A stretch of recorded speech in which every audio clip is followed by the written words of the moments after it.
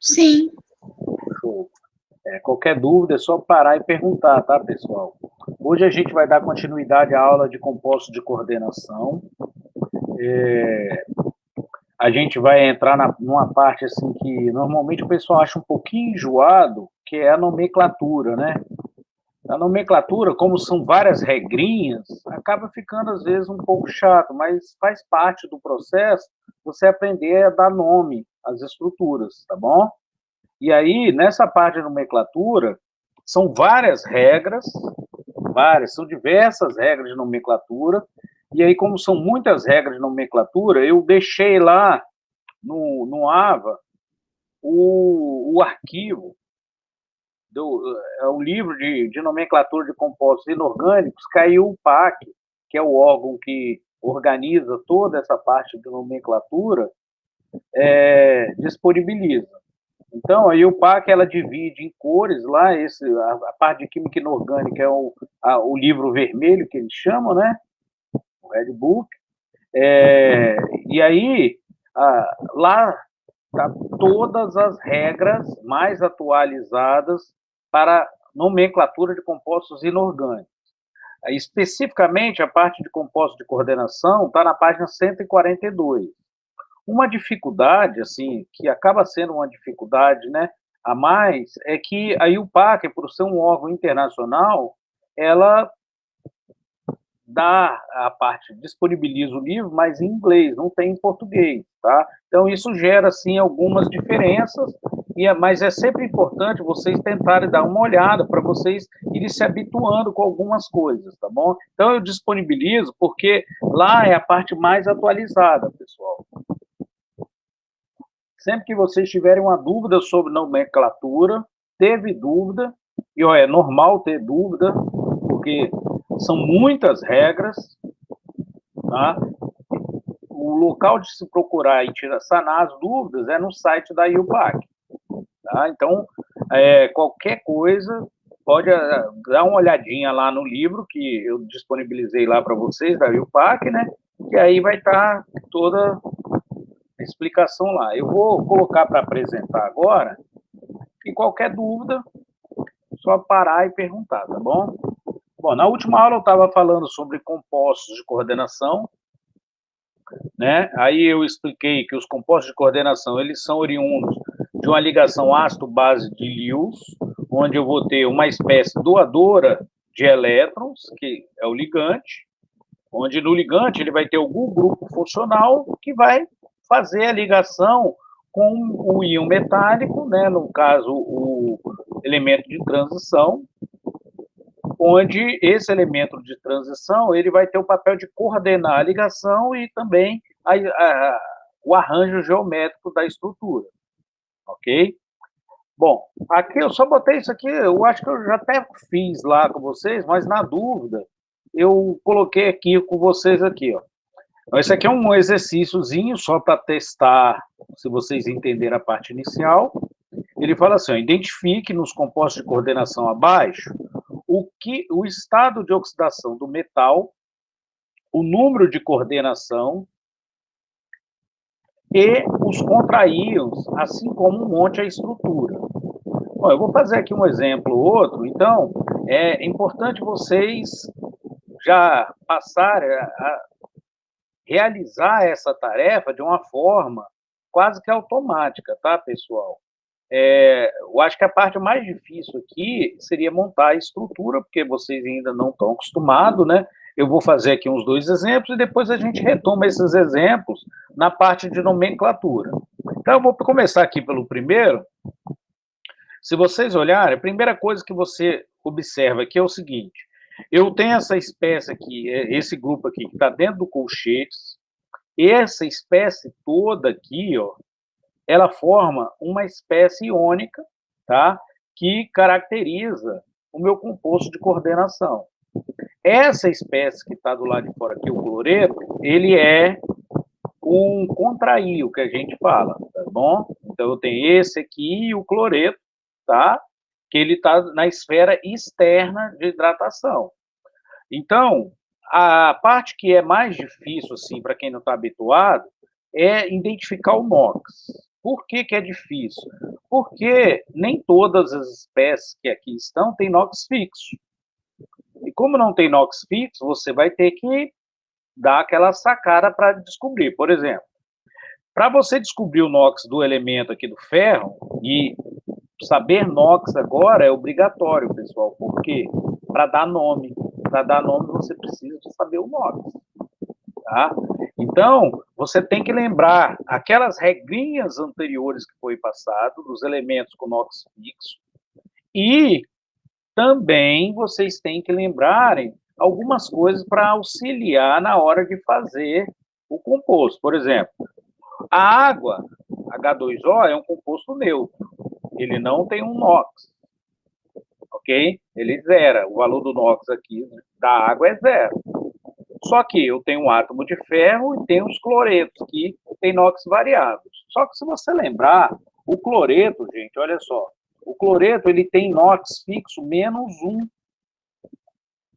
Não é que o cloro tem NOx fixo, tá, gente? O cloro tem NOx variável. Mas quando ele forma um cloreto, ele tem um NOx fixo -1. Se você lembrar, o cloreto ele é oriundo, por exemplo, da ligação do HCl, ó.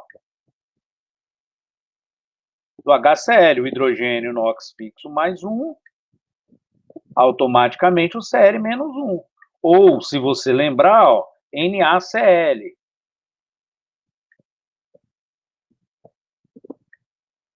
O Na, grupo 1, NOx fixo +1, automaticamente cloreto -1. Tá vendo? É fixo. O cloreto ele não varia o NOx. Então, ó, aqui dentro ele continua -1, ok? Então, não importa se ele está dentro ou fora do colchete, o NOx dele continua. Só que aqui, como eu tenho dois cloretos, 2 vezes -1, -2. Ou seja, o total de cargas negativas dá -3. Para zerar o NOx do composto todo, o ferro, já que a água não tem NOx, o NOx é zero, é neutra, o ferro ele tem que ser +3. Lembrando que o ferro ele é um elemento de transição que tem NOx variável +2 ou +3. Tá? Então, ele pode aparecer ligado com NOx +2 ou +3. Tudo bem? Bom, dessa forma, descobrindo o NOx do ferro, aqui o número de coordenação seria o quê? Você olharia aqui a esfera interna, quantos ligantes que estão rodeando o ferro.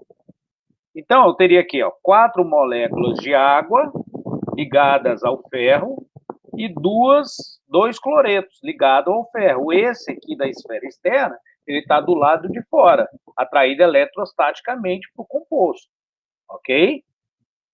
Mas ele não está ligado diretamente ao ferro. Ele está atraído pela resultante de cargas dessa espécie aqui. Dessa forma, o que, que vai acontecer? Eu tenho um número de coordenação 4, com +2, número de coordenação aqui seria 6. Se ele tem número de coordenação 6, desculpa, gente, ele automaticamente, a geometria dele vai ser octaédrica. Ok? Isso aí é direto, vocês têm que associarem, tá? Se tiver número de coordenação 4, ele vai ter uma geometria que pode ser tetraédrica ou bipirâmide. Perdão. Desculpa. Tetraédrica ou quadrado planar. Se for 5, é uma bipirâmide trigonal.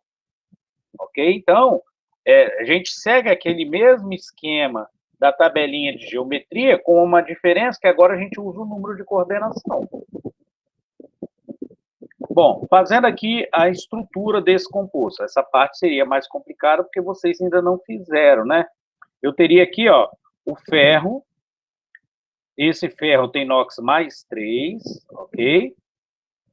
Ao redor do ferro, vou trocar a cor aqui. Eu teria aqui, ó, uma molécula de água, OH2. Lembrando, é H2O que normalmente a gente escreve. Só que quem liga no ferro é o oxigênio. Como é que eu sei disso? Acho que é uma pergunta que vocês têm que ter na cabeça. Lembra que eu falei para vocês que o ligante é uma base de Lewis doadora de elétrons? Se ela é um doador de elétrons, quem tem elétron disponível para fazer a ligação com o ferro, ou seja, fornecer o elétron para o ferro e fazer a ligação, é a água, porque o hidrogênio estabiliza com 2 elétrons e ele já está com o elétron dele ligado. Ok?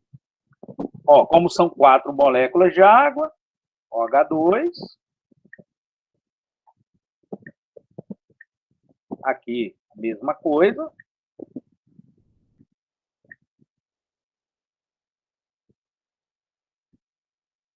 E aqui a mesma coisa. E, por fim, 2 cloretos. Um para cima, Cl, outro para baixo, Cl. Ficou um pouquinho torto aqui o rascunho, né? Porque fazer esse desenho aqui às vezes me enrola um pouco. Bom, acabou aí? Não. Eu tenho que continuar. Eu traço colchetes, tá? Você tem que mostrar a carga do composto. Esse composto aqui, ele resulta numa carga, ó. Pensa na esfera interna de hidratação. Eu tenho mais 3 e 2 cloretos, menos 2. Mais 3 com menos 2 dá mais 1. Então, aqui eu tenho uma carga aqui, ó, mais 1. Por isso que vem o cloreto do lado de fora e se liga aqui, ó. Quando eu falo eletrostaticamente, é por quê? Porque ele é atraído pela carga. Ó. Ele tem carga menos 1 e se liga com mais 1. Ok? Alguma dúvida? Tá tudo certo, eu acho. Então, esse é o processo de ligação de um composto de coordenação. É similar ao anterior, com a diferença que aqui no caso, ó, ele está ligando um metal, está se ligando aqui covalentemente. Ok? Então, o estado de oxidação do metal é o NOx dele, né? O estado de oxidação é o NOx, é esse mais 3 aqui. Ok? Entendi. Só que você tem que descobrir, né? Sim. Beleza? Beleza. Então, eu vou continuar. Eu dei esses exemplos, eu vou voltar nesses exemplos ainda, mas como eu vou falar de nomenclatura, eu já uso esses exemplos para dar nome, tá? Para a gente ir treinando. Só, eu cheguei atrasado, desculpa, mas a parte dos contra-íons e os números de coordenação da letra A seria o quê? O número de coordenação é o número de ligantes que estão ligados ao átomo central. É o que está na esfera interna. Então, no caso, seria 6. Tudo bem? Okay. Contra-íon é o nome que a gente dá às espécies que resultam do composto de coordenação com carga. Então, esse Cl-, tudo bem? Está na esfera externa de hidratação. E o próprio composto, às vezes, é chamado de contra-íon. Aí vai depender da referência que você usar. Mas o normal seria falar do Cl-. Então, nessa situação aqui, para identificar o contra-íon, a resposta só olhar o que está do lado sério. de fora, a esfera externa. Entendi. Beleza? Ok. Aí vai depender da referência. Algumas referências chamam esse composto de contra-íon também. Eu não concordo muito, é a referência que foi usada, tá? Mas a maioria fala desse aqui. Beleza? Tranquilo.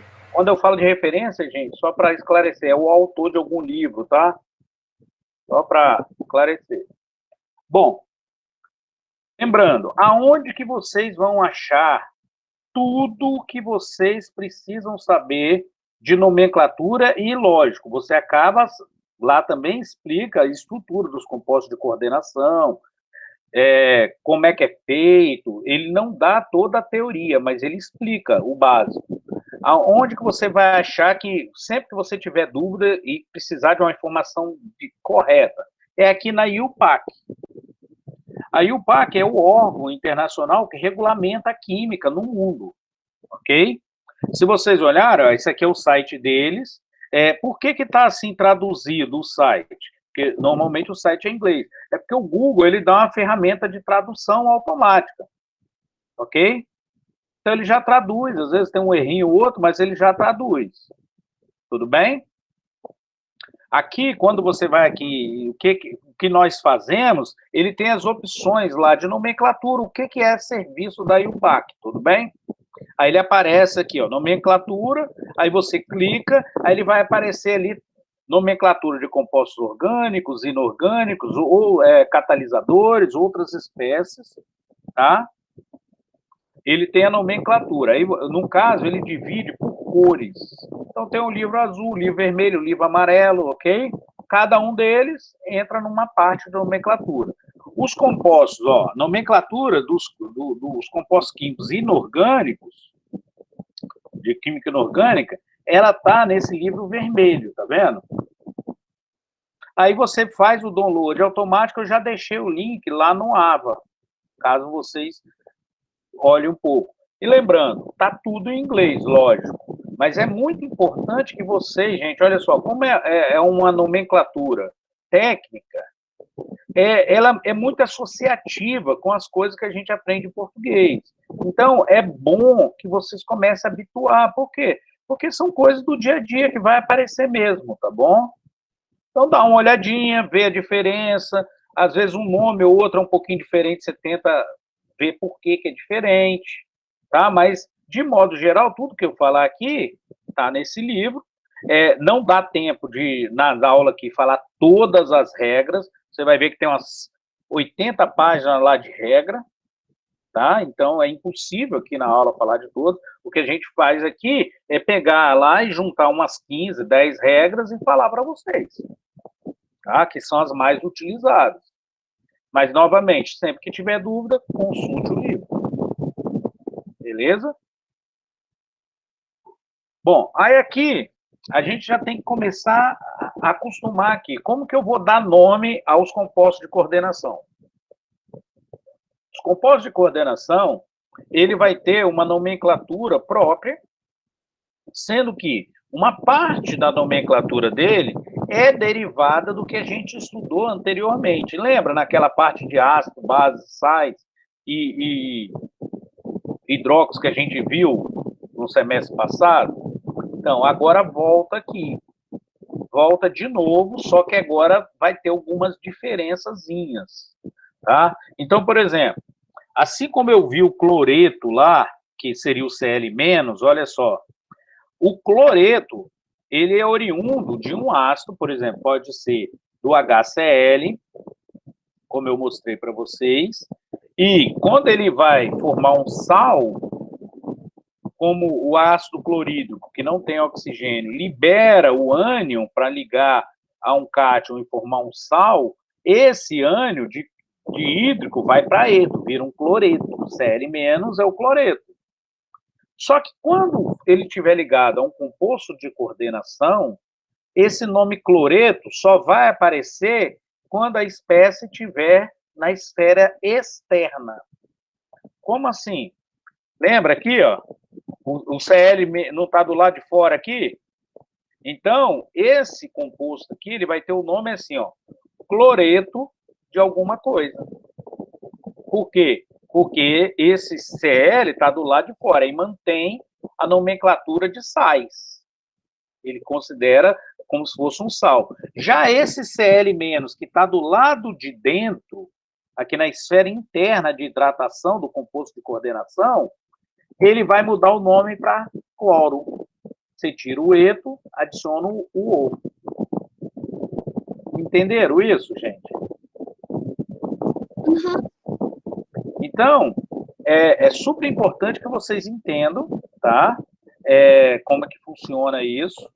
Por quê? Porque esses nomes vão aparecer com uma certa normalidade, tá?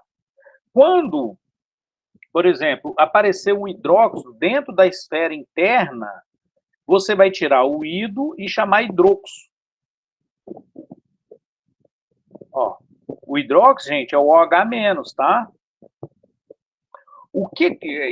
E aí, essa nomenclatura, ó, por exemplo, quando aparecer o O2-, que seria derivado de um óxido, ele passa a ser chamado oxo. Ah, mas quer dizer então que sempre vai mudar? Não. Olha só que chato. Quando terminar o nome do ânion em ato, ele se mantém. Tudo bem? Ó, sulfato, tá vendo? Aí depois eu vou falar desses casos mais particulares aqui, ó. Tem hidreto, amideto, imideto, azoteto, tem uns nomes meio esquisitos. Aí eu vou deixar para falar isso particularmente ali. Um que aparece muito, ó, é o oxalato, que é o C2O4 2-. O oxalato aparece bastante. Eu vou entrar em detalhes dele, por quê? Porque o oxalato ele vai ter mais de um centro de ligação. Aí eu vou entrar mais em detalhes. E o nome dele permanece, porque termina em ato, permanece. Tudo bem? Ah, mas só tem esses nomes? Quem dera, né? Se fosse só esse, era muito facinho da gente dar nome. Tem outros nomes que a gente vai vendo aqui. Um detalhe que é importante vocês entenderem. Na hora que eu expliquei a vocês, por exemplo, do oxalato, eu falei que ele vai aparecer que ele tem mais de um centro de ligação. O que é um centro de ligação? É um posicionamento em que o ligante ele pode se ligar em mais de um átomo. E aí, quando acontece isso, ele passa a ter um centro de ligação que pode estar numa posição ou em outra. Isso vai interferir no nome do composto. Por exemplo, a água, que aqui está como OH2, só tem o oxigênio como centro de ligação. A amônia só tem o oxigênio. Tudo bem? Perdão. Só tem aqui no nitrogênio. A piridina, apesar de ter vários elétrons aqui distribuídos aqui nesse composto, só tem esse ponto de ligação. Assim como a fosfina, que é a trifenilfosfina, que é esse aqui. Já o CN, eu posso ligar em 2 pontos diferentes. Ó. Pode ser no carbono, como pode ser no nitrogênio. E isso vai gerando algumas alterações, tá? Tudo bem? Assim como o cianato. Ó, o cianato, ele pode virar o tiocianato quando o oxigênio que estaria ligado aqui é substituído. E dependendo se ele for ligado no nitrogênio ou no enxofre, ele passa a ter um nome diferente. Não se preocupe com isso agora, porque a gente vai trabalhar vários exemplos com isso e vai ficando mais fácil. Só estou mostrando para vocês verem que tem essas variações. Ó, esse aqui ó, chama etileno-diamina. Amina é por causa desses 2 grupos aqui. Ó. Etileno é porque tem 2 carbonos aqui. Pelo que vocês me falaram, já tinham visto a nomenclatura de orgânica, né? Pode até não lembrar os detalhes, mas tinha visto, né? Então, ó, aqui eu tenho aqui um ponto de ligação nesse nitrogênio, outro ponto aqui, ó. São pontos diferentes que podem se ligar ao mesmo tempo ou uma vez, um de cada vez. Isso tudo vai ter que aparecer no nome, porque na hora que você dá o nome, a pessoa que for pegar lá aquele nome, ele tem que, a partir do nome, conseguir construir a estrutura. Ok? Beleza? Posso continuar? Lembrando que a gente vai ver vários. Aí, por exemplo, aquela etileno-diamina, eu chamo ela de bidentada. É um termo que é utilizado quando a espécie tem mais de um ponto de ligação, mais de um centro de ligação, que ela pode se coordenar em mais de um ponto com aquele ligante. Então, é o termo que usa, bidentado. É como se fosse 2 pontos ali onde iria se conectar. É um termo antigo, mas ainda é muito usado. Monodentado é quando tem um ponto só. Tá vendo? Aí eu tenho aqui o acetilacetanoato, 2 pontos de ligação, a bipiridina. Aí, se você observar, uma coisa que acontece muito quando o nome do ligante é grande, para não ter que ficar escrevendo aquele nome, eles abreviam. Então, por exemplo, a etileno-diamina é abreviada em EN. A bipiridina em bi onde PY seria só a piridina. Apareceu BIP, a bipiridina. O ACAC é uma abreviatura que aparece também. Isso aí, gente, aparece em qualquer linguagem, tá? Em qualquer linguagem. Tudo bem, gente? Então, esse efeito, onde o composto ele pode se ligar em mais de um ponto com aquele elemento, a gente chama isso de efeito quelato. Por quê? Porque a espécie, o complexo, composto de coordenação formado, ele tende a ganhar uma estabilidade extra por essa possibilidade de ligar em dois pontos diferentes. Aí chama isso de quelato, efeito quelato. Eu acho que vocês já ouviram falar de quelato. É muito comum ter remédios que vem esse nome quelato nele. Aí, quando vai aparecer esse nome, é porque é um ligante polidentado. E detalhe, gente, ele pode ter mais de 2 pontos, ele pode ter 3. Ó, esse aqui é um ligante que pode ligar 3 pontos diferentes. Tá vendo? Ou ele pode ter mais pontos de ligação, mais do que 3. O mais famoso de todos é esse aqui, ó, EDTA. EDTA, gente, é um composto, um complexante que é usado em várias titulações, em várias reações, tá? Ele é um composto que ele tem uma facilidade de se ligar com metais alcalinos terrosos, então o bário, o cálcio, ele se liga muito facilmente, além do sódio, tá? E ele é utilizado como sequestrante desses metais. Por quê? Porque ele se liga e arrasta esses íons metálicos.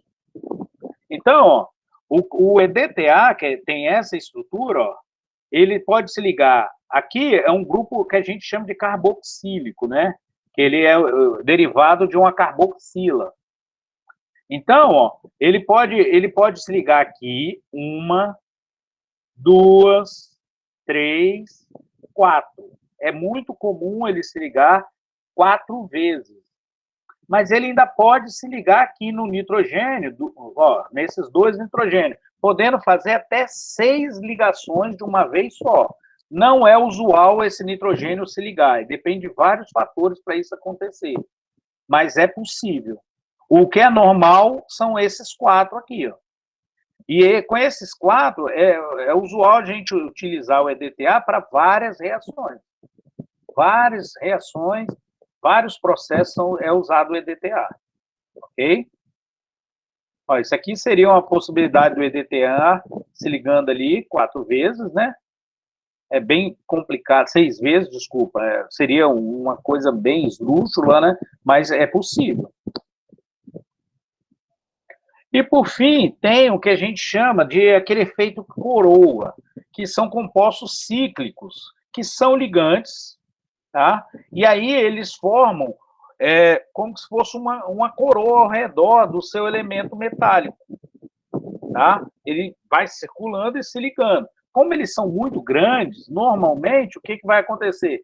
O número de substituições são pequenas. É 1, 2 substituições. Por quê? Porque vai ter aquele efeito histérico que eu falei para vocês anteriormente. Ok? Mas esse efeito coroa é esse aqui, ó. Ele se liga em vários pontos, rodeando o seu metal. Bom, mas eu acho que assim, a gente vai partir para começar a fazer para ficar mais fácil. Quais são as regras que tem que lembrar? Olha só, não tem jeito, tá? Primeira coisa, eu já falei para vocês. O ânion da esfera externa de hidratação, ele tem que ser o primeiro a dar o nome. Detalhe, gente, nem sempre vai ser representado a esfera externa, às vezes vai ser representado na forma iônica. Se tiver na forma iônica, não vai ter esse nome do ânion, tá? Mas o cátion, ele é dado depois do ânion, e sempre vai ter uma preposição ligando o nome do ânion ao cátion, tá bom? Essa é a primeira regra. É igual ao do sais. Beleza? Segunda regra, isso aqui é muito difícil de lembrar, eu acho sempre muito difícil. Por quê? Quando você vai escrever a fórmula do complexo, olha só, hein? A fórmula, ele é escrito sempre da seguinte maneira. Olha só, hein? Os ligantes aniônicos são escritos na frente dos nêutrons, que são escritos na frente dos catiônicos. E se tiver, por exemplo, dois ligantes neutros ou dois ligantes aniônicos, o nome vai vir em ordem alfabética. Tá? A gente vai fazer um exemplozinho daqui a pouquinho. Beleza? É usual a gente colocar colchetes, chaves e parênteses para representar a esfera interna e separar ela da esfera externa de hidratação. Tá bom? Gente, eu não sei se vocês estão me acompanhando, tá? Eu vou começar, tem um exercício ali para a gente fazer, é só vocês pararem e perguntar. Quando eu tiver mais de um ligante, do mesmo tipo, mas mais de um ligante, por exemplo, aqui, ó. Aqui eu tenho 6 ligantes de amônia, tá vendo? 6 NH3. A gente utiliza um prefixo de quantidade. Então, o prefixo vai ser o quê? Di, tri, tetra, penta, hexa, hepta, octa, nona, deca. Ok? Então, esses prefixos de quantidade, eles vão aparecer para indicar a quantidade de ligantes que tem aqui nessa espécie. Por exemplo, se eu fosse terminar o nome desse cara aqui, olha só, hein? Como que ficaria? Eu só tenho um ligante, que é a amônia. A amônia, que é o NH3, ela é um caso especial de ligante que tem um nome particular. Assim como a água também tem um nome particular. A água, quando ela aparece como ligante, ela não é chamada de água, ela é chamada de aquo. Assim, ó. Aquo.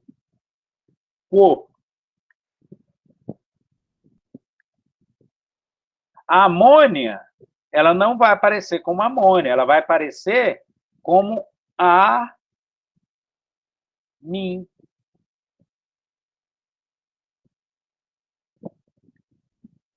Ok? A gente vai ver outros casos. Então, ó, esse cara seria o cloreto de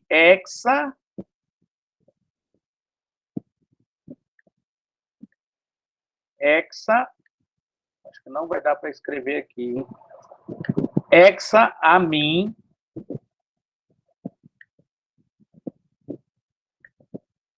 Aí falta agora o quê? O nome da espécie aqui, cobalto, que é o metal, e o NOx dele. Cobalto e o NOx. Qual é o NOx? Aqui, gente, alguém sabe? Como a amônia não tem carga, ela é neutra, gente, olha só. O cloreto ele é negativo, -1 que a gente já viu. Como eu tenho 3 cloretos, -3. Posso usar a regra de inversão também, que dá certo. Então, cobalto para zerar, +3. Ok? Então, 1, 2, 3 é algarismo romano.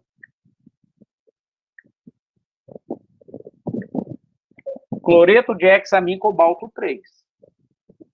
O que vocês acharam do nome? Eu vou me acostumar. É um nome bonitinho. Nome para botar em cachorro. É, fica bonitinho. Colocar filho, no cachorro, filho. né? É, fica legal. Mas tem uns que são terríveis. Tá? Então, lembrando, essas regras estão todas lá no livro de regras da IUPAC, tá, gente? Ó, aqui, ó, é um derivado daquele composto, só qual a diferença aqui? Que o cobalto aqui está ligado não a 6 amônias, mas está ligado a um cloreto também. E aqui, ó, não tem esfera externa de hidratação, não tem um contraíon aqui. Aí qual vai ser a carga? A carga, ó, o resultante da soma aqui deu +2. Por quê? Porque o cloreto aqui é -1 e o cobalto está com carga +3, ó. Ok? Então, como a amônia é 0, né, o resultante da amônia é 0, eu tenho aqui +3 com -1, +2. a resultante da carga. Beleza? O número de coordenação vai ser o quê? 1 aqui do cloreto, com mais 5 da amônia, 6. Número de coordenação, 6. Se eu fosse pegar... Ah, tá até aqui embaixo. Se eu fosse pegar... Aqui tá errado aqui, ó. Eu esqueci de digitar o mais 3 aqui, tá, gente? Ó. Qual seria o nome dessa criança aqui? Alguém tem alguma...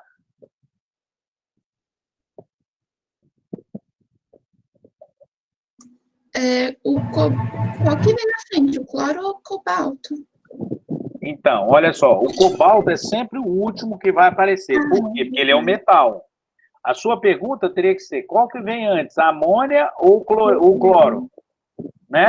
Seria cloreto de pentaamino, cobalto 3? Quase isso. Quase. Você só errou porque não é cloreto. Lembra? Quando ele está dentro, vira cloro. Mas é quase isso mesmo, tá? Quase acertou. E como ele é um íon, é usual a gente escrever assim, ó. Íon. Eu já até tá aqui, eu ia escrever de novo. Ó, até botei errado aqui, ó. Pentamin, cloro, cobalto 3. Ó. É cloro, pentamin, cobalto 3. Por quê? Ó, isso aqui tá errado, ó. Porque o cloro, ele é um ânion. Como ele é um ânion, ele vem na frente, depois do nêutron, depois dos catiônicos. Beleza? E aqui, como é que ficaria aqui?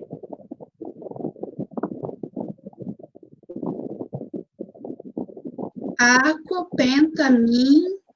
Ah, não, é cloreto de aquo, pentamin, cobalto... Ai, agora esqueci. Tem que ver o NOx do cobalto.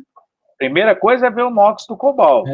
Ó, como a água e a amônia são neutras, tudo bem? As duas são neutras. 3 então, mais. aqui seria mais 3. Tudo bem?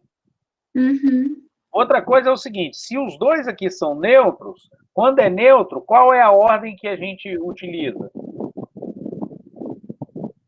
Ordem alfabética. Um é amin e o outro é aquo. Quem vem primeiro? Amin. Ok? Então, o nome seria cloreto.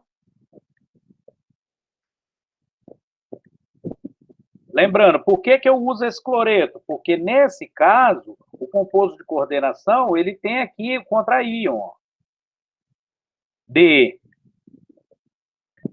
penta... Nossa, letrinha terrível. Amin. Aí aqui, gente, por exemplo, eu sinceramente, eu não sei qual dos dois. Antigamente era mais fácil que a gente usava um hífen para separar. Hoje, como não usa mais o hífen, eu não sei se mantém os dois As. Sinceramente, eu não sei. Eu perguntei a uma professora de português, ela mastigou para responder também. Ou se mantém assim. Aí, por enquanto, eu estou escrevendo assim, por quê? Porque na UPAC ele usa 2 As em inglês. Então, eu estou usando também, tá bom? Mas eu, sinceramente, eu não sei se fica pentamin ou pentaamin, igual está escrito aqui. Tudo bem? Aí, num caso de uma prova, por exemplo, se vocês fossem fazer uma prova para mim, eu aceitaria qualquer jeito que vocês escrevessem, porque isso é muito complexo. Depois que eles tiraram o if, complicou tudo. Tá? Pentamin, aquo. Aí é lógico. Aqui, por que eu não coloco o prefixo aqui de quantidade no aquo? Poderia ser pentamin monoaco. Mas mono já é o valor mínimo. Então, é usual a gente colocar a partir do di. Tá bom? Aí eu vou escrever aqui embaixo a continuação, tá? Cobalto.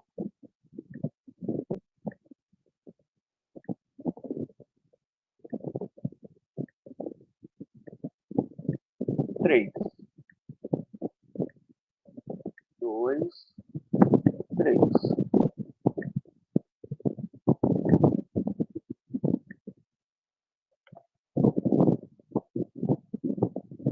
O mais importante, assim, não é que não seja importante, gente. Vocês têm que saberem a nomenclatura. Faz parte da profissão de vocês, tá? Mas é mais importante você, pelo menos, quando lê o nome, você ter uma noção do que se trata, tá, gente? Raramente a pessoa vai te pedir para montar a estrutura, né? A não ser em teste, essas coisas. Por exemplo, no ENAD eles pedem. Eles são chatos. No ENAD, que é aquele exame nacional, é comum eles pegarem e darem o nome, só que para você montar a reação, fazerem as coisas, você tem que, a partir do nome, montar a estrutura. Chato, né? Só para complicar. O ENAD é tipo um OAB de química?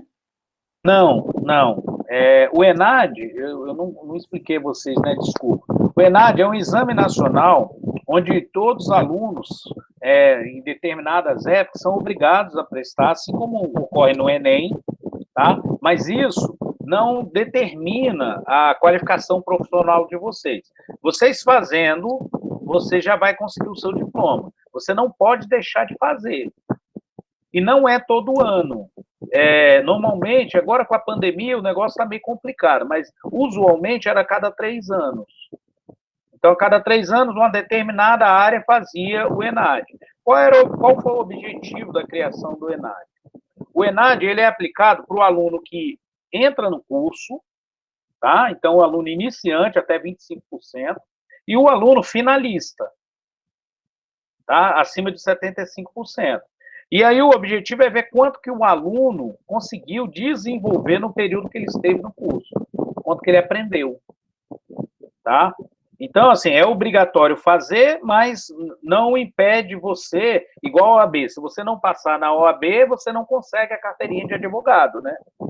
Lá, no ENAD, não. No ENAD, você só tem que fazer para liberar o seu diploma, senão eles bloqueiam o seu diploma, tá? Mas só abrange conteúdo de química ou abrange outros Só de conteúdos? química. Eu vou fazer assim, de vez em quando eu pego umas questões do ENAD, eu gosto de pegar lá para vocês treinarem. No início, assim, quando as matérias iniciais, é mais difícil, por quê? Porque eles misturam os temas.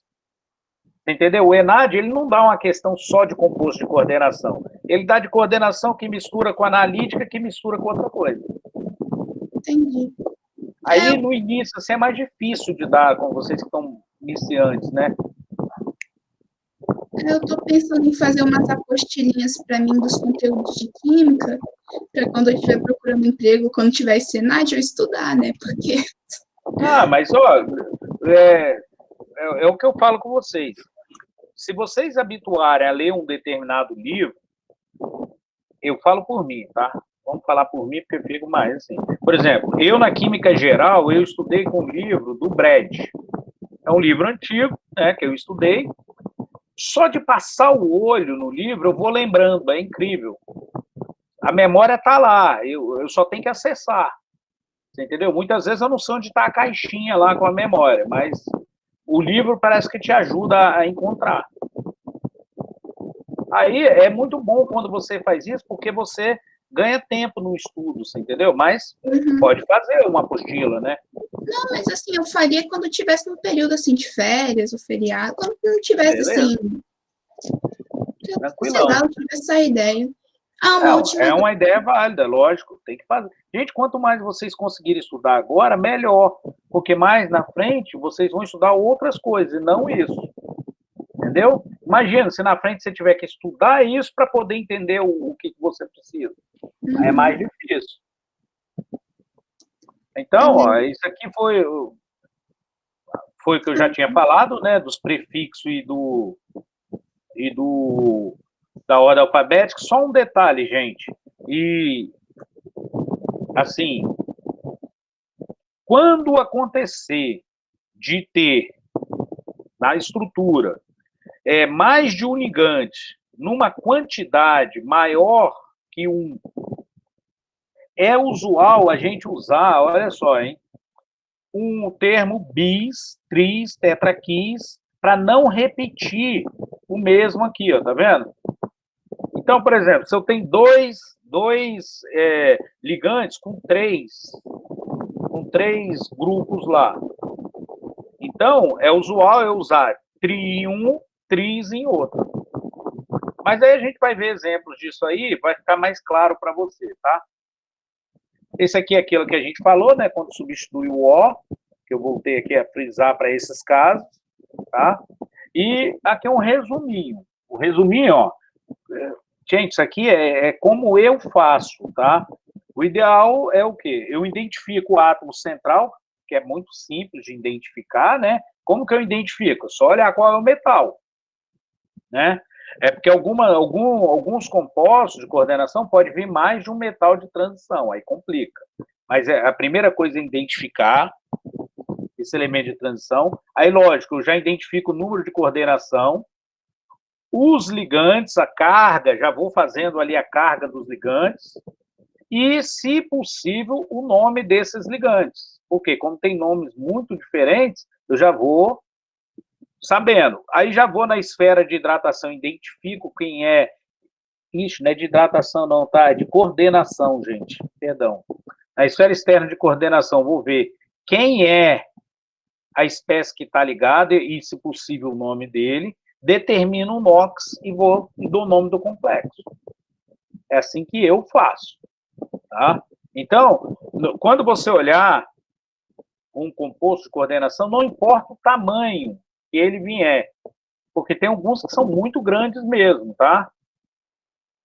Faz por partes. Se você ficar olhando aquela estrutura grande, você fica nervosa com a estrutura.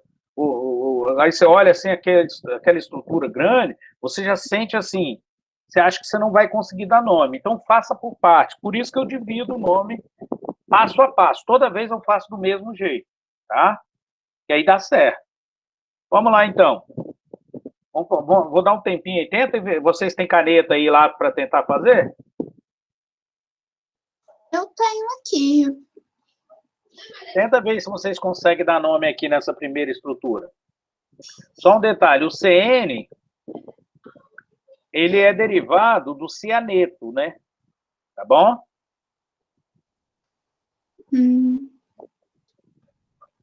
É o ciano? É, o ciano.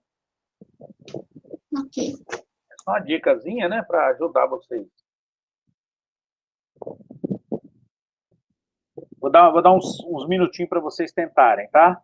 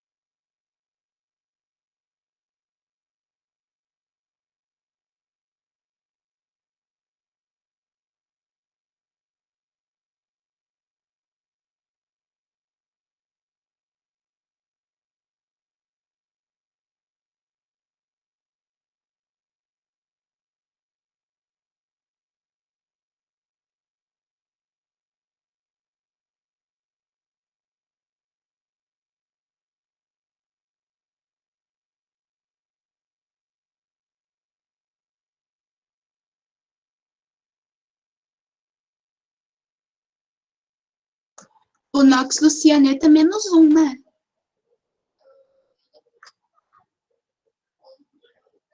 Acho que é. -1, ok?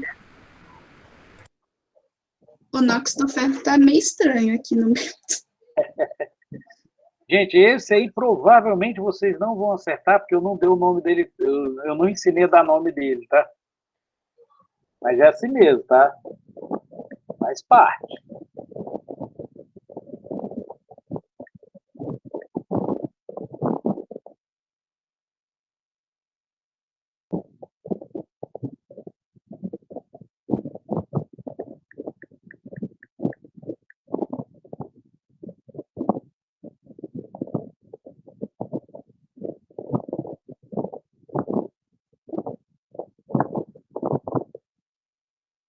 Não, não tá mais estranho, não. Eu percebi meu erro. Eu já deixei lá no AVA uma lista com 2 exercícios só. Um é você, a partir da fórmula, dar o nome, o outro, a partir da fórmula, montar a estrutura. A partir do nome, montar a fórmula, ok? É um inverso do outro. Só deixei lá só mesmo para vocês treinarem. Quem puder começar a dar uma treinada, ajuda, tá? O professor, esse exercício que você deixou lá tá com gabarito? Não, sabe por que eu não botei o gabarito, João? Se eu botar o gabarito, é a resposta dele, né? Ah, mas se você botou só pra gente treinar, é tipo. Botar o Então, gabarito. eu pensei assim, usar ele para corrigir em sala de aula, em sala de aula. Tá. Né? Não, show. Eu ia marcar o dia para a gente fazer aqui. Ah, não, Você tá sem problema. entendendo? Eu achei que você só tinha, tipo, só deixar lá pra gente fazer, que aí eu ia pedir o Não, gabarito. Mas já que você Eu quero deve usar fazer ele isso, para a gente corrigir. Porque, assim, para treinar, né? Então, por exemplo, hoje eu estou dando as regras, aí a gente não vai dar tempo de dar todas as regras hoje, né? Mas aí é na próxima, a gente terminando as regras, a gente já começa. Não, tranquilo.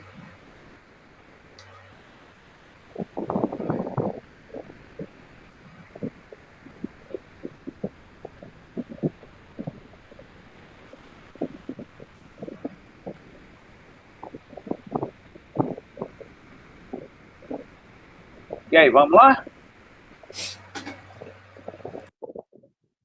Eu sei que o tempo, se vocês quiserem mais tempo, eu dou mais um tempinho. Vocês querem tentar mais? Só mais um pouquinho. Tá bom.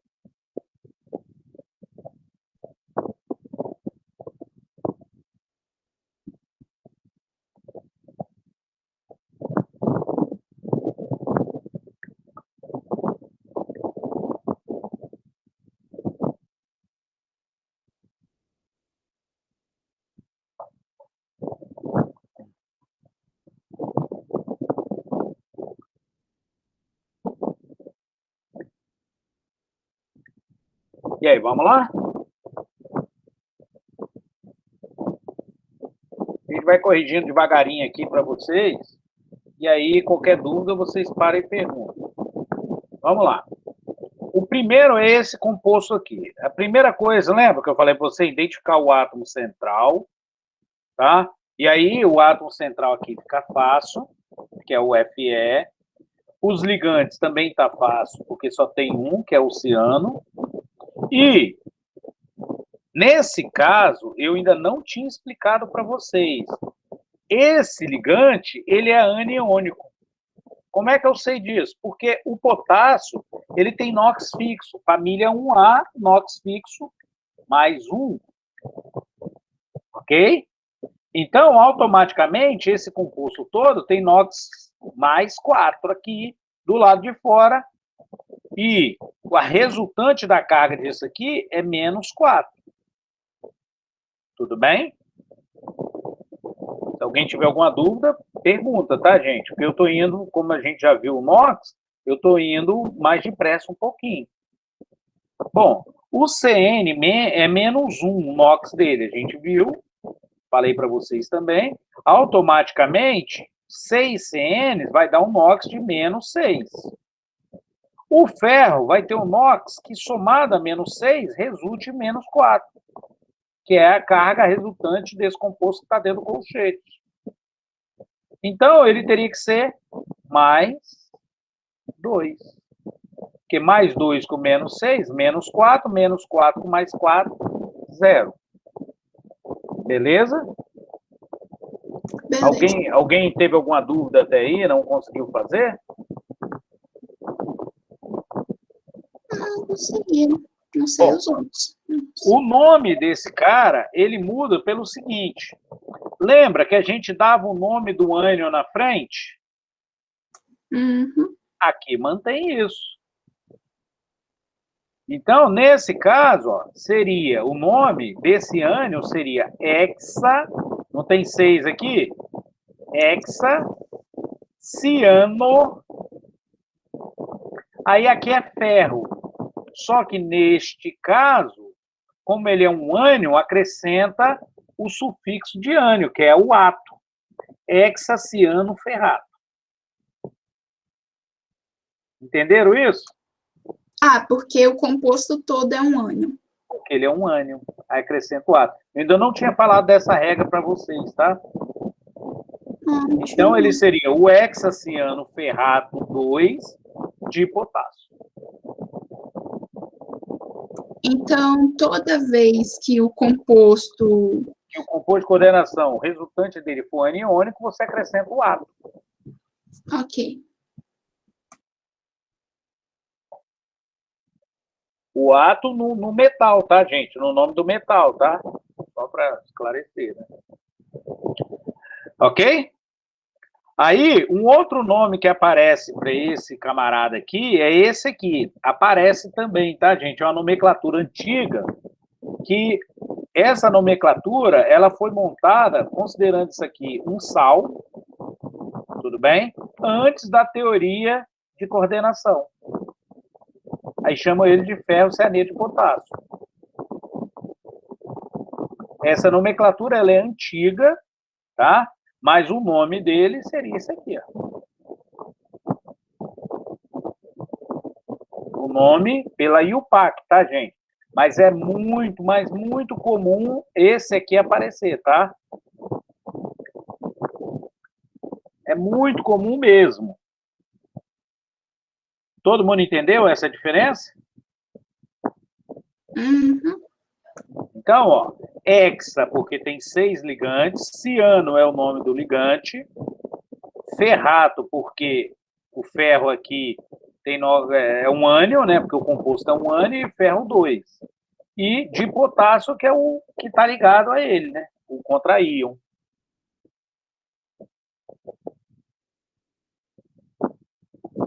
O primeiro eu imaginei que vocês não fossem conseguir por causa disso, tá, gente?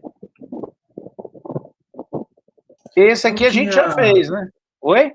Eu tinha botado ferrito, porque eu pensei que seria tipo a que a gente viu semestre passado, como ato seria para o que tem mais e ito para o que tem menos. Como tem o ferro 3, eu pensei que esse aí seria o ferrito. Como que tem um NOx maior que ele? Existe o ferro cianeto, ferro, aqui. É um nome igualzinho, só acrescenta o ferro e troca o NOx. É isso que você está falando? Tipo isso. Porque, tipo... Cara, essa nomenclatura ela é muito antiga, então eu não sei te dizer por que deram esse nome assim. Eu sei que existe essa diferença, o ferro e o ferricianeto. Eu já olhei naquele livro da IUPAC e não achei essa nomenclatura lá. Aí tem que tentar achar alguma referência que explica por quê. Eu não sei. Entendeu? Da onde que eles fundamentaram essa troca do I pelo O? Eu não sei. Mas o seu raciocínio tem lógica, tá? Não estou dizendo... Parece lógico o seu raciocínio.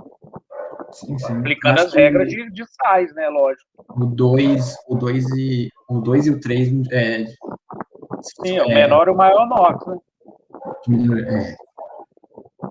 Mas não, é assim, é o ferro ou ferro e cianeto. Ok? Ok, sim, ok. Detalhe, a gente vai usar essa aqui, tá, gente?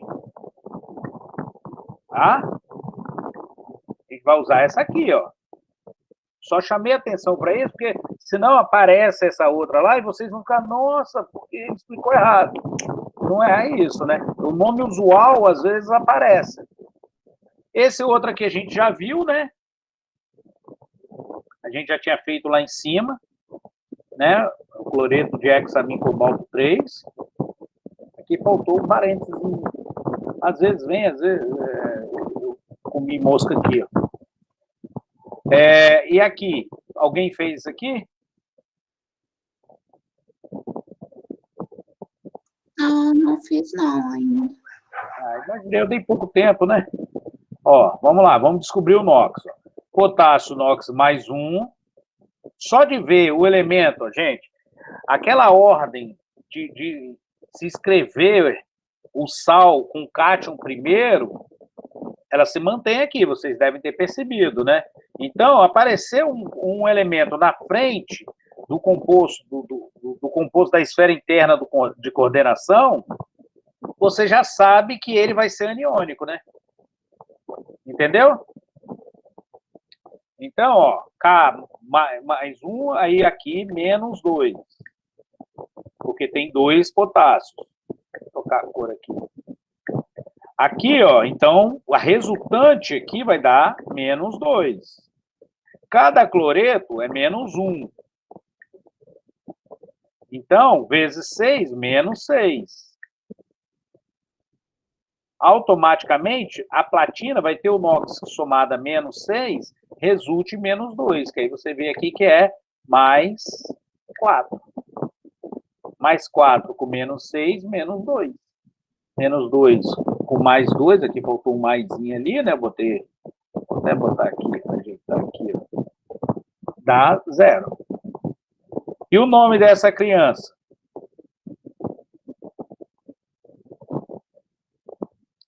Alguém se arrisca? Hexacloro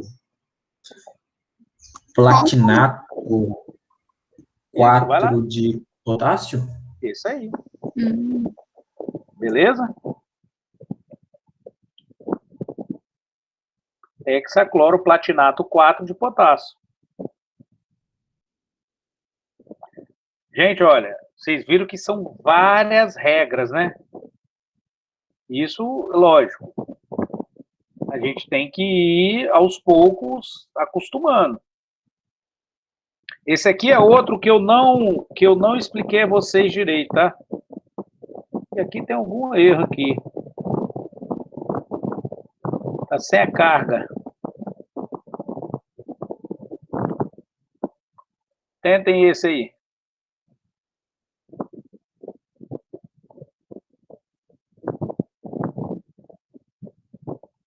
Ah, não, tem um menos 1 aqui, não tem? Sim. Ah, tá, então tem.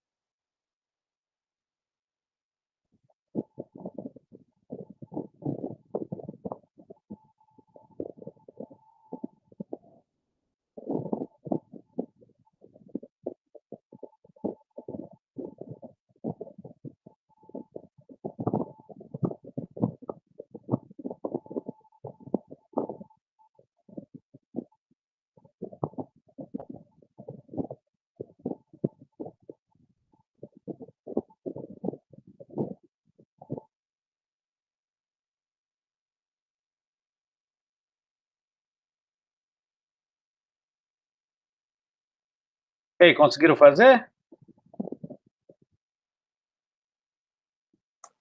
Qual é a carga do monóxido de carbono? Ou não tem?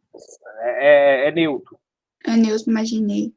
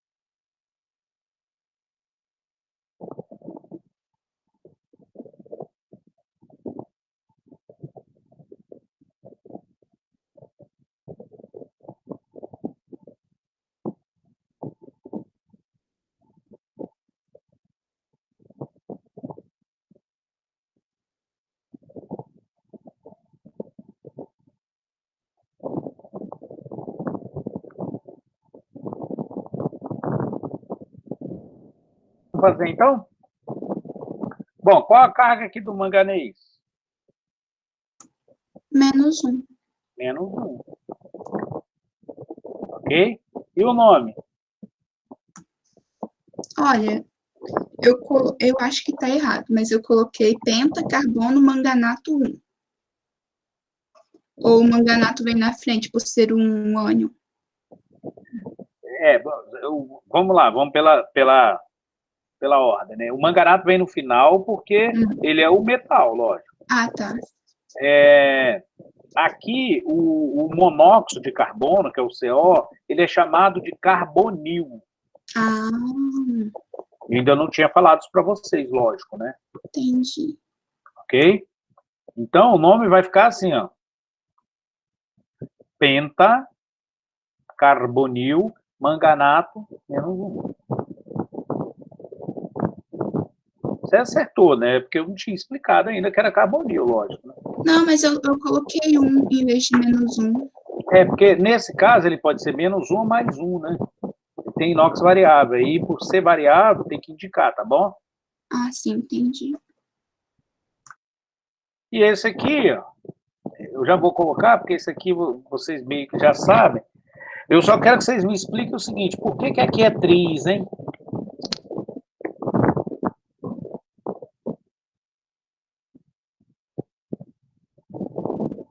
Acho que todo mundo percebe que aqui, cloreto é esse aqui de fora, cobalto tem inox +3, né? Etileno de amina são 3, tá vendo? Mas por que não usou tri ao invés de tris? Perdão. Por que usou tris ao invés de tri?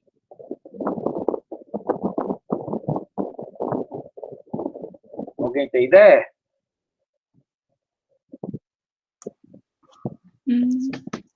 Tô pensando, mas eu acho que eu não vou saber responder, não. Porque não vai ter ambiguidade, não vai ter redundância, nem nada.